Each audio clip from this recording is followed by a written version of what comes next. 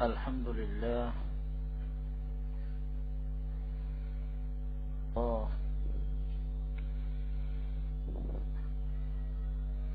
أن محمدا عبده ورسوله وعلى آله وأصحابه من كثيرا. أما بعد،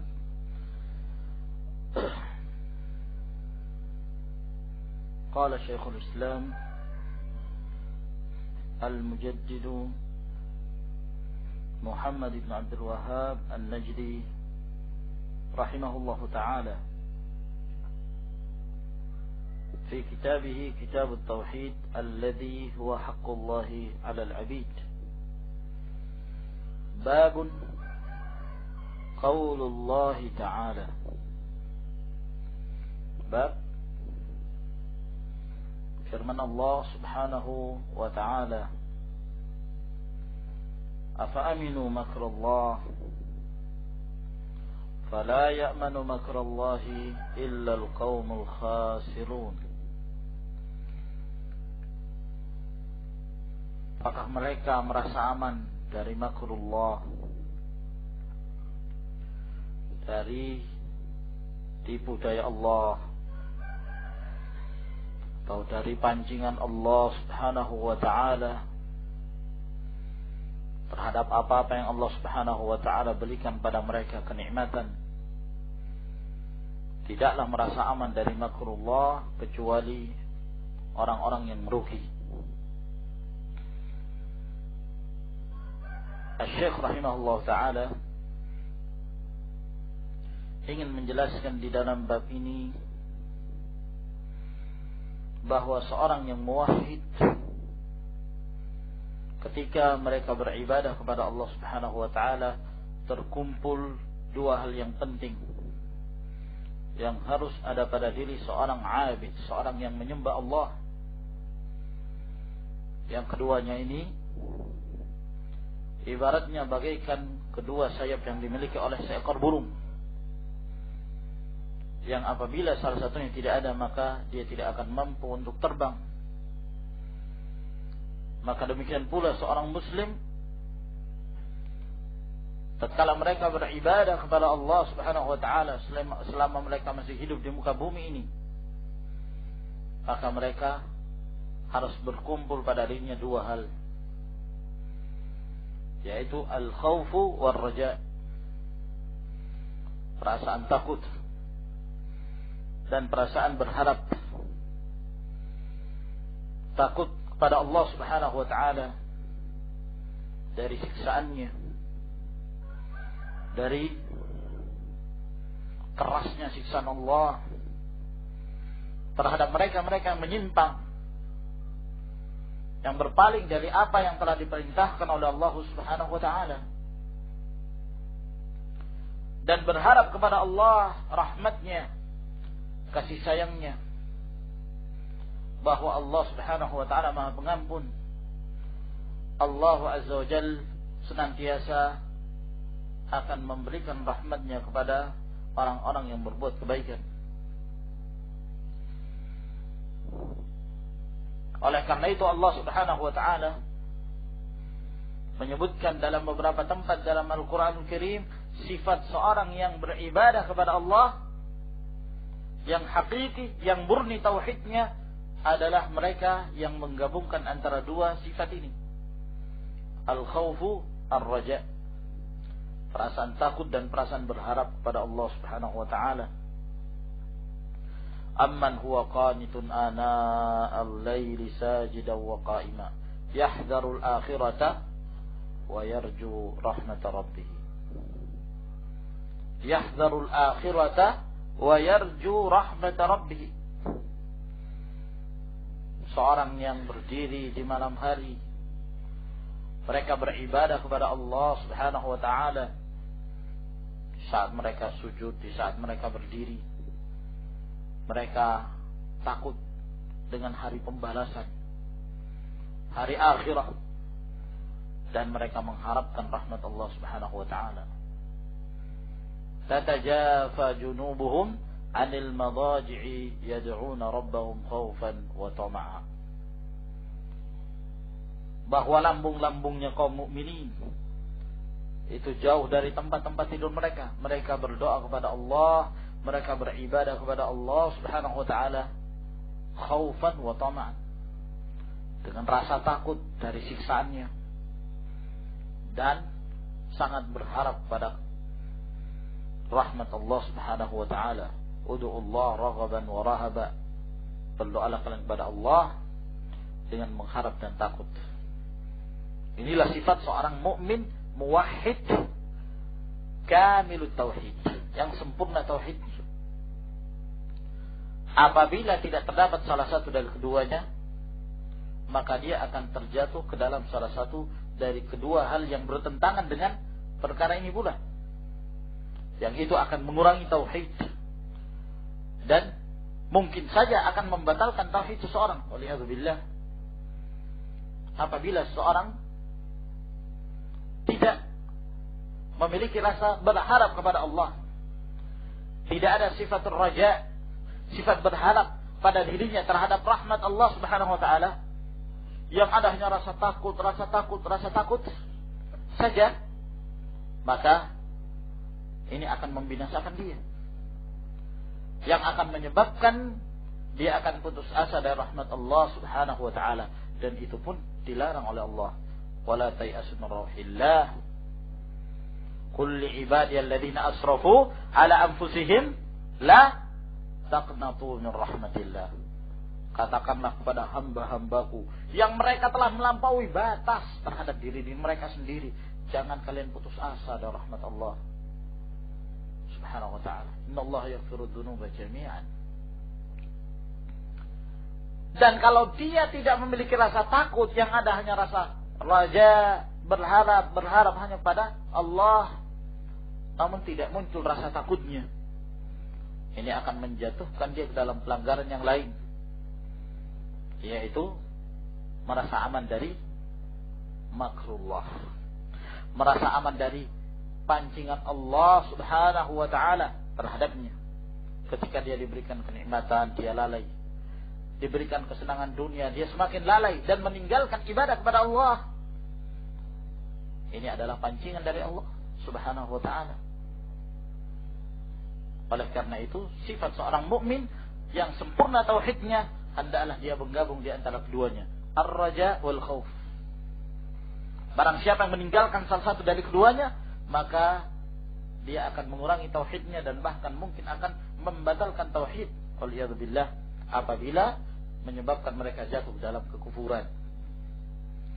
Dalam hal ini kaum muslimin rahimakumullah, para ulama menjelaskan bahwa kedua sayap ini tidak boleh terlepas dari seorang mukmin. Namun terkadang dalam beberapa keadaan, ya, perasaan berharapnya kepada Allah itu lebih ditonjolkan daripada perasaan takutnya.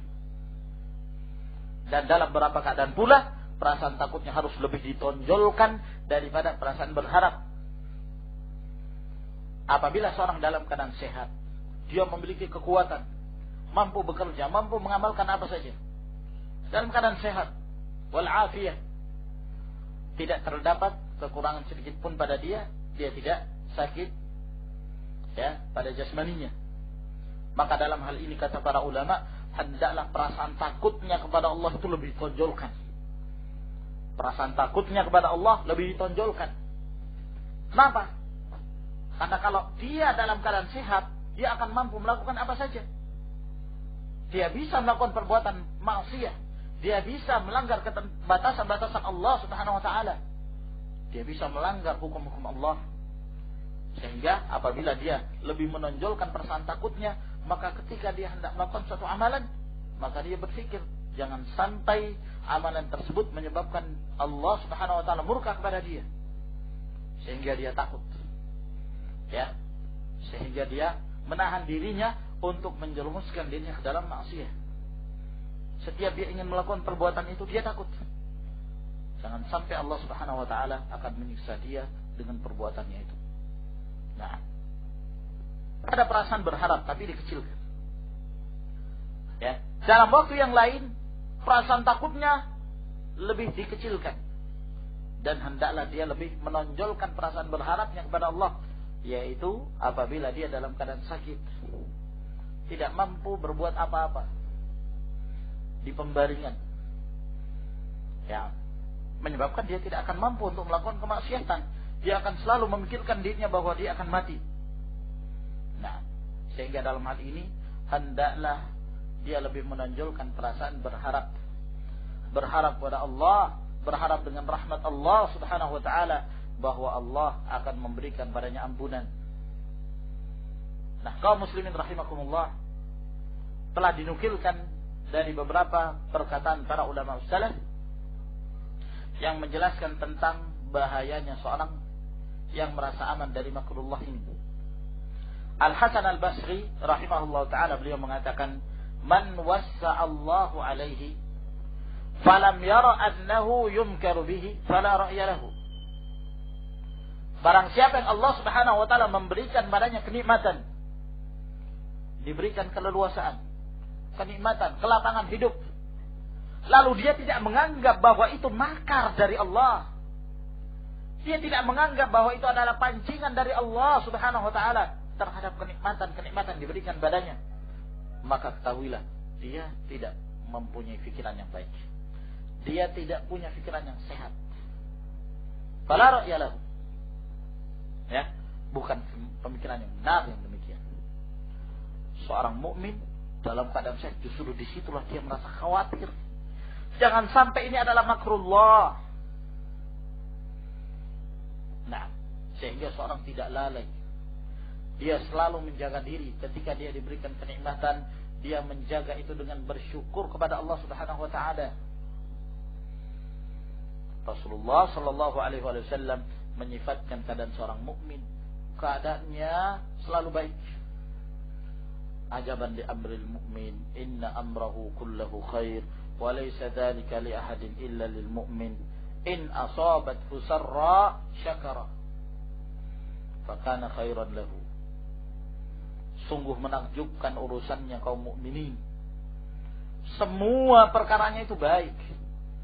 Dan yang demikian ini tidak akan ada yang mendapatkannya kecuali apabila dia seorang mukmin. Kalau dia mendapatkan kenikmatan, Allah berikan padanya kenikmatan, dia bersyukur. Dia tidak lalai.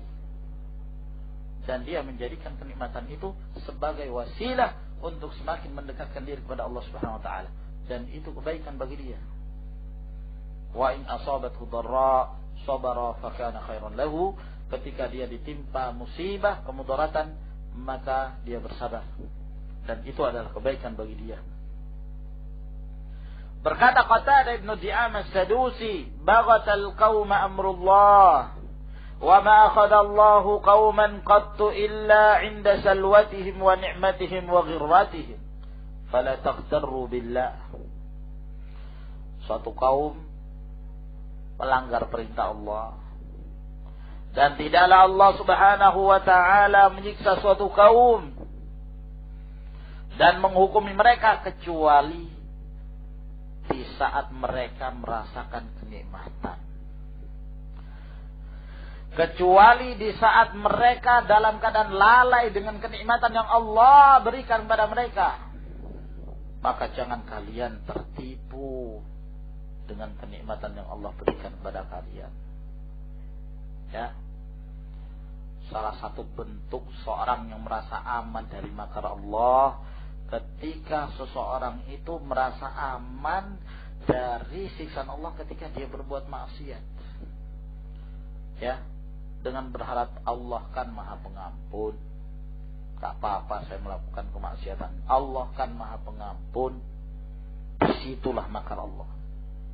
Itu berarti kamu dalam keadaan tertipu dengan kenikmatan Allah Subhanahu wa ta'ala yang Allah berikan pada kalian.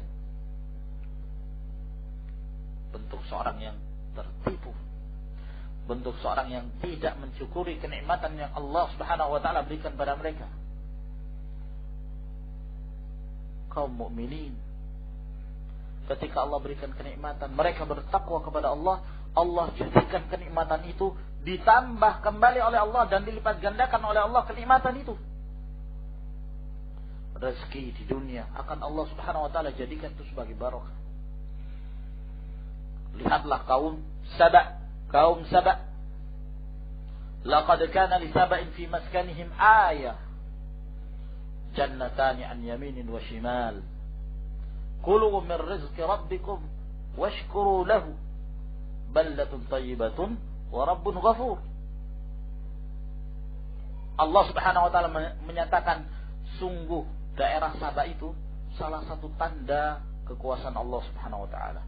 2 kebun di sebelah kanan dan sebelah kiri di negeri Sabah, sekarang bernama Ma'rib. Nah, kebun-kebun yang lebat, buah-buahan, lentar apa saja itu tumbuh. Nah, dan tumbuhnya lebat, berbuah, buahnya sangat manis sekali, dinikmati oleh penduduk Sabah pada waktu itu. Nah, bahkan para ulama ada yang menyebutkan seperti Al-Hafidz Ibnu Katsir rahimahullah, kalau seorang wanita hendak mengambil buah-buahan, dia tinggal mengambil keranjang, lalu kemudian lewat di bawah pohon tersebut, dan dia melewati pohon itu dalam keadaan keranjangnya telah penuh dengan buah-buahan yang ranum, manis, segar. Kata Allah, makanlah dari rezeki yang Allah Subhanahu wa taala berikan pada kalian. Negeri yang baik, Allah Subhanahu wa taala yang Maha Pengampun. Nah, kenapa Allah Subhanahu wa taala berikan barokah pada suatu negeri itu? Disebabkan karena mereka beriman kepada Allah, bertakwa kepada Allah. Dan kapan datangnya azab? Ketika mereka berpaling. Fa'aradu fa'arsalna 'alaihim sailal 'arim. Maka mereka pun berpaling dari menyembah kepada Allah Subhanahu wa taala. Mereka lebih menyenangi untuk menyembah matahari. Mereka menyembah kepada selain Allah. Maka kami kirimkan pada mereka banjir yang besar. Akhirnya 2 kebun yang lebat tadi diganti dengan pohon-pohon yang tidak memberikan manfaat yang sebagaimana awalnya. Ya. Pohon bidara yang banyak durinya, buah-buahannya kecil. Nah, itu pun bijinya besar. Ya. La yusmin wa la yughni min ju'. Nah, pohon arak, pohon siwak, walaupun ada manfaatnya tapi tidak seperti yang pertama. Nah, demikian subur tanah itu. Ketika banjir besar itu menimpa Al-Yaman, maka mereka pun pada mengungsi, meninggalkan daerah mereka yang dahulu subur. Nah, kenapa? Karena berpalingnya mereka dari tauhidullah, beribadah kepada Allah. Itulah makrullah. Mereka merasa aman dan mereka menyerahkan ibadahnya kepada selain Allah Subhanahu wa taala. Walau anna ahlal qura amanu wattaqau lafatahna 'alaihim barakat minas sama'i wal ardh. Kalaulah sekiranya penduduk kampung itu mereka beriman, mereka bertakwa kepada Allah, kami akan bukakan barokah dari langit, dari bumi. Jadi barokah tanaman itu, jadi barokah kenikmatan yang kita dapatkan. Walakin kadzabu, akan tapi mereka dustakan ayat-ayat Allah Subhanahu wa taala. Fa akhadnahum bima kanu yaksibun, maka kami pun menyiksa mereka berdasarkan apa yang telah mereka amalkan. Nah, oleh karena itu di dalam hadis yang diriwayatkan oleh Imam Ahmad dari hadis Uqbah bin Amr, kata Rasulullah sallallahu alaihi wasallam, "Idza ra'aita Allah yu'til 'abda 'ala ma'asihi ma yuhibbu, fa innama huwa istidraj." Fa innama huwa istidraj. Apabila engkau melihat Allah memberikan pada seorang hamba apa yang dia senangi, padahal dia berbuat maksiat, dia kafir tapi diberikan harta yang banyak, dia asi, bermaksiat kepada Allah Subhanahu wa taala, tapi justru diberikan kesenangan, diberikan kenikmatan, dibukakan pintu dunia kepada mereka. Berapa banyak dari kalangan kufar, dari kalangan al-usah diberikan kekayaan dunia ini. ya, diberikan jabatan kedudukan yang tinggi di dunia ini. Dan berapa banyak dari kalangan kaum mukminin yang mereka istiqamah di atas agama mereka, mereka tidak diberikan harta kecuali sedikit, dan mereka merasa puas dengan itu. Nah, laisal ghina bi kathratil mal walakinnal ghina ghina an-nafs. Kekayaan itu bukan karena banyaknya harta, akan tetapi kekayaan yang sebenarnya adalah kekayaan hati, merasa senang dengan kehidupan yang Allah Subhanahu wa taala berikan. Apabila engkau melihat Allah memberikan pada seorang hamba apa yang dia senangi, padahal dia berbuat maksiat, kata Rasulullah SAW, ketahuilah itu adalah pancingan dari Allah. Innama huwa istidraj. Nah, wa qauluhu, dan firman Allah Subhanahu wa taala, wa man yaqnatu min rahmati rabbih illa dhallun. Dan tidaklah orang-orang yang putus asa dari rahmat Allah Subhanahu wa taala itu, melainkan mereka itu adalah orang-orang yang tersesat. Orang yang tersesat dari jalan Allah, orang-orang yang kafir, orang-orang yang menyimpang.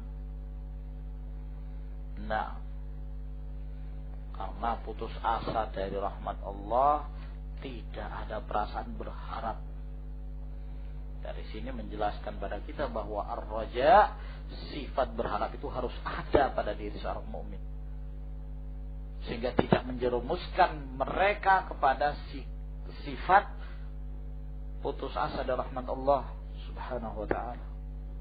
Selama kita hidup di muka bumi ini, masih ada kesempatan untuk mencari jalan bertaubat pada Allah. Inna Allah azza wa jalla yaqbalu taubatal abdi ma lam yugharghir. Allah Subhanahu wa taala menerima taubat seorang hamba selama belum gargarah, nyawanya itu belum sampai pada kekerongkongannya. Nah, jangan putus asa dari rahmat Allah. Wa an Ibnu Abbas anna Rasulullah sallallahu alaihi wa alihi wasallam su'ila 'anil kaba'ir. Dan diriwayatkan dari Abdullah bin Abbas bahwa Rasulullah sallallahu alaihi wa alihi wasallam ditanya tentang dosa-dosa besar. Yang dimaksud dengan dosa besar adalah dosa yang disebutkan ancamannya oleh Allah Subhanahu wa taala dan Rasulnya, yang ancaman itu di dunia ataukah di akhirah. Rambuk ataukah rajam, ya, ataukah bunuh. Adapun hukum di akhirat seperti mendapatkan ancaman Allah, tidak akan memperhatikan dia, Allah tidak akan berbicara dengan dia, dan baginya mendapatkan adab yang sangat pedih. Ya, jadi setiap dosa yang di situ ada ancamannya, itulah dosa besar. Ketika Rasulullah sallallahu alaihi wasallam ditanya tentang al-kabair, faqala, maka Rasulullah sallallahu alaihi wasallam menjawab, asyirku billah wal ya'su min rauhillah wal amnu min makrillah. Menyekutukan Allah dan putus asa dari rahmat Allah. Rauh yani rahmah. Al-ya'su ay al-qunut, putus asa dari rahmat Allah. Ya. Wal amnu min makrillah, dan dia merasa aman dari pancingan Allah, dari kenikmatan-kenikmatan yang Allah Subhanahu wa taala berikan padanya. Ketika dia diberikan kenikmatan, dia tinggalkan imannya, dia rela menjual agamanya untuk mendapatkan dunia yang sedikit. Hadis ini kan oleh pensyarah kitab Tauhid Fathul Majid. Hadis ini diriwayatkan oleh Al-Bazzar dan Ibnu Abi Hatim dari jalan Syabib bin Bishr dari Ikrimah dari Ibnu Abbas, dan para perawinya thiqah kecuali Syabib bin Bishr. Ibnu Ma'in mengatakan thiqah dan lemahkan oleh Abu Hatim. Nah, dan kesimpulannya beliau menukilkan perkataan Ibnu Katsir bahwa yang zahir hadis ini mauquf dari perkataan Ibnu Abbas. Wallahu a'lam bis-shawab. Alhasil pentahqiq kitab ini mengatakan hadis ini hasan dan dihasankan oleh Al-Albani rahimahullah dalam kitabnya Sahihul Jami' nomor 4479. Wallahu a'lam. Wa 'an Ibnu Mas'ud qala, dan dari Abdullah bin Mas'ud radhiyallahu ta'ala anhu berkata, yakni dari perkataan beliau ya, akbarul kabair, dosa yang paling besar. Dan ini akhwan tidak menunjukkan pembatasan ya. Ketika Rasulullah SAW ditanya tentang dosa-dosa besar, lalu kemudian beliau menyebutkan 3 poin ini. 3 poin ini tidak menunjukkan pembatasan. Namun dosa besar itu banyak yang lainnya. Rasulullah pernah menyatakan ijtanibus sab'al mubiqat, sebagaimana dalam hadis yang telah kita sebutkan dahulu. Nah, dan hadis-hadis yang lainnya menunjukkan bahwa di sana ada dosa-dosa besar yang lain. Dan al-kitab khusus mengumpulkan macam-macam dosa besar. Az-zawajir min iqtirafil kabair. Demikian pula Al-Imam Syamsuddin Al-Zahabi rahimahullah ta'ala, murid Syekhul Islam Taimiyah rahimahullah, juga mengarang kitab dalam hal ini dengan judul Al-Kabair. Nah, dari Abdullah bin Mas'ud mengatakan akbarul kabair, bahwa dosa yang paling besar di antara dosa-dosa yang besar, al-isyraku billah, menyekutukan Allah subhanahu wa ta'ala dalam beribadah, wal amnu min makrillah, merasa aman dari pancingan Allah subhanahu wa ta'ala, wal kunutu min rahmatillah, dan putus asa dari rahmat Allah, wal ya'su min rauhillah, sama, putus asa dari rahmat Allah. Ada kemungkinan bahwa Abdullah bin Mas'ud radhiyallahu ta'ala anhu menyebutkan al-kunutu min rahmatillah dan al-ya'su min rauhillah karena kedua-duanya terdapat dalam Al-Quran Al-Karim. La taqnatu min rahmatillah. Di dalam ayat yang lain, la tay'asu min rauhillah. Nah, sehingga beliau menyebutkan kedua lafaz ini min babit ta'kid, untuk menegaskan bahwa yang demikian ini dosa yang paling besar, tidak diperbolehkan putus asa dari rahmat Allah subhanahu wa ta'ala. Namun Syekh Muhammad bin Saleh Al-Utsaimin rahimahullah ta'ala, beliau membedakan ya, berusaha untuk membedakan antara al-kunutu min rahmatillah dengan al-ya'su min rauhillah. Kata beliau, kalau yang dimaksud dengan al-kunutu min rahmatillah, putus asa dari rahmat Allah subhanahu wa ta'ala, yaitu putus asanya seorang hamba ya, yang dia merasa tidak mungkin dia akan diberikan apa yang dia minta. Ada sesuatu yang dia minta kepada Allah tidak diberikan, putus asa akhirnya ya, tidak mungkin Allah memberikan. saya begini, dosa saya seperti ini, dosa saya seperti ini. Tidak mungkin Allah itu memberikan pada saya apa yang aku minta. Putus asa akhirnya. Nah, sedangkan al-ya'su min rauhillah, putus asa dari rauhullah, yaitu seorang manusia merasa tidak mungkin Allah Subhanahu wa taala menghilangkan darinya apa yang menimpa dia dari musibah. Ya. Tidak mungkin. Pasti Allah akan terus menurunkan musibah ini kepada saya. Terus menerus demikian. Nah, yang mendapatkan musibah, melarat fakir, miskin yang dia anggap sebagai musibah, terus menerus demikian, ya, dan dia anggap itu sebagai Allah Subhanahu wa taala, ya. Wallahu a'lam. Wahu Abdul Razzaq, perkataan Abdullah bin Mas'ud ini diriwayatkan oleh Abdul Razzaq. Abdul Razzaq punya kitab namanya Al-Musannaf. Dua kitab Al-Musannaf yang masyhur yang sampai kepada kita sekarang ini. Yang pertama Musannafnya Abdul Razzaq, dan ini lebih aqdam, lebih tua. Yang kedua Musannaf Abi Bakr bin Abi Syaibah.